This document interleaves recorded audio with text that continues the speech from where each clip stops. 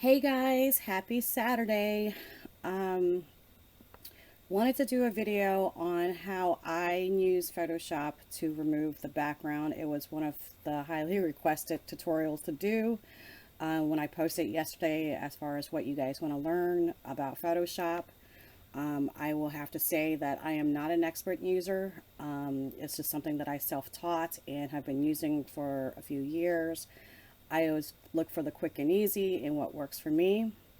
And there are several ways to do certain things in Photoshop.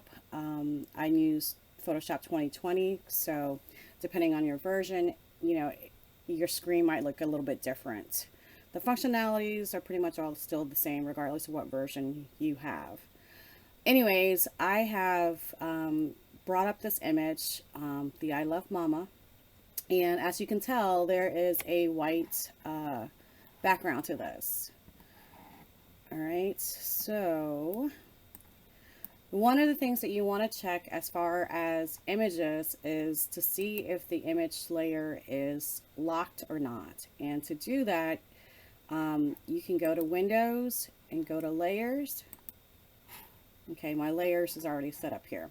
But anyways, this one does not have a lock. A lot of times JPEG pictures will have some kind of background to it, and it will have a lock to it, meaning that you can't really make edits to it. There's a way around that. There's this little lock thing, or if there is a lock, you can double click the lock and unlock it. That's quick, and we're not doing that tutorial. So the quickest way for me, again, there's several ways you can do this, is to use my magic wand. I do want to point out that in 2020, Photoshop 2020, it does have an automatic background remover. Sometimes it works, sometimes it doesn't work. And the reason why is I say that is because it does it automatically and you're not allowed to really control how much you want to remove. So I'll show that just to demonstrate. In the properties panel, again, anything that you see on the side and you don't, or it's not showing up on your screen, but I have it on mine, you can go into Windows or the window drop down and select them. So here's like my property, okay, and it will bring up the same tabs. So in the property, there is a remove background. Now, if I click on it, it'll do it automatically without me doing anything. But as you can see, the results, it's kind of crappy. The white background is still there. I have colors that are missing in these areas. So again, sometimes it does well, sometimes it doesn't. It doesn't know what exactly is the background and what isn't the background. So anyways, the option is there. Play with it. It might be easy for some bigger images. I don't know. But I'm going to Control Z this so I can bring my background back. And if you look on the left side, you'll have a bunch of tools. So Photoshop, I feel like, is like super powerful as far as a photo editing, graphic editing, creating software. What I do is I select the magic wand, which is like the fourth icon down. If you don't see the magic wand, I'm trying to get my, you can hold down the button, the icon, and then a menu comes up and you'll see you have the object selection tool, the quick selection tool, and the magic wand tool. I prefer to use just the magic wand because I have control on it. You can set your tolerance. This is letting it know like how wide of a pixel you want it to select. So I start off with 10 just because it's low. The other thing you want to be careful, or at least look out for, is this contiguous checkbox. So what that is pretty much, if the contiguous is selected, it will select only like the same color that is not blocked or by any other colors. So what I mean is if I select the white, see, it will select most of the white. However, you'll see inside the A and in the O's up here, those are not selected because the white is being now bordered by all these other colors. Okay, so if I did a delete to delete what I've selected, which was the white, you'll still see that there is the white inside.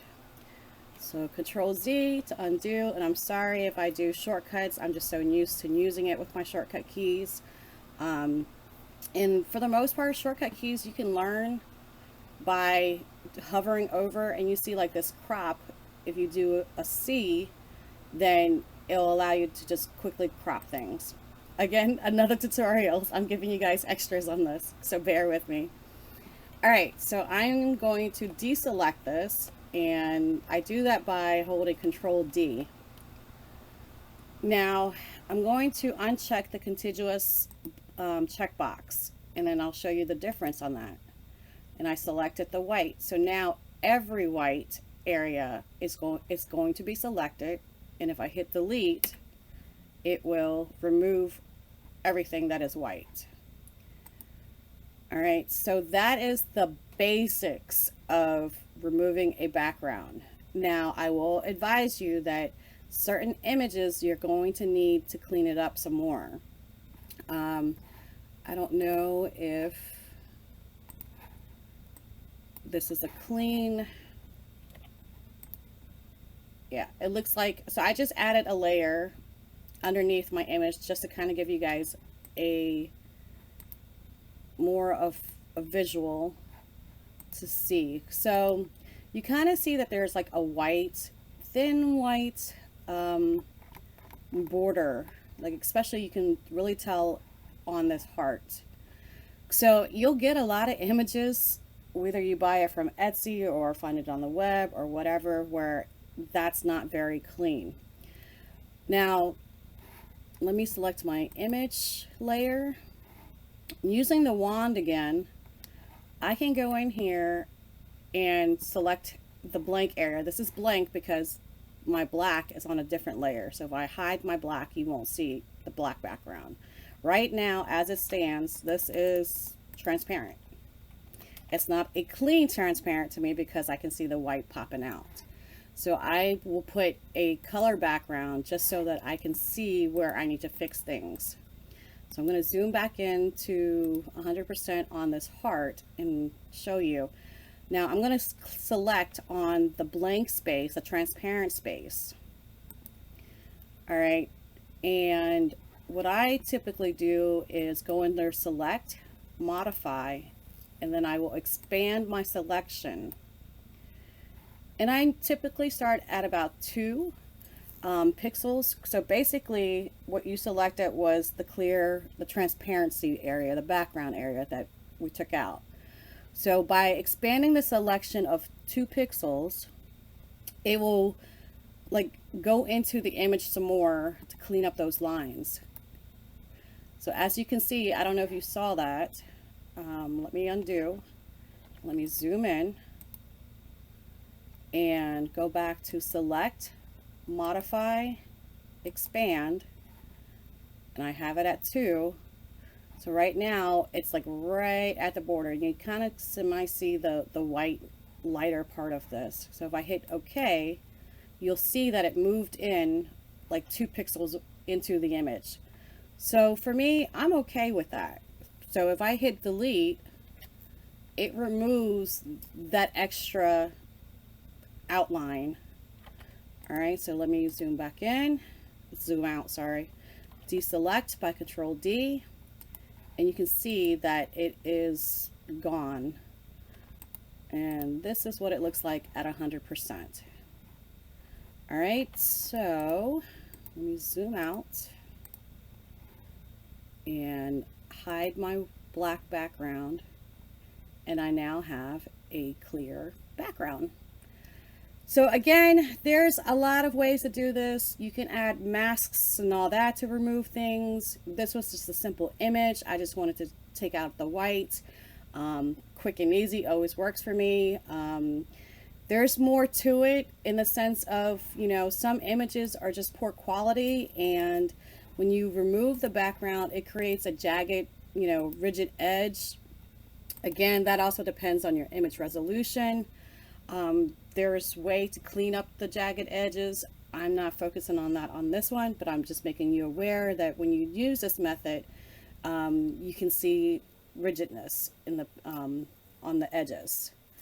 So hope that helps. Let me know if you guys have any questions. Have a good one, guys.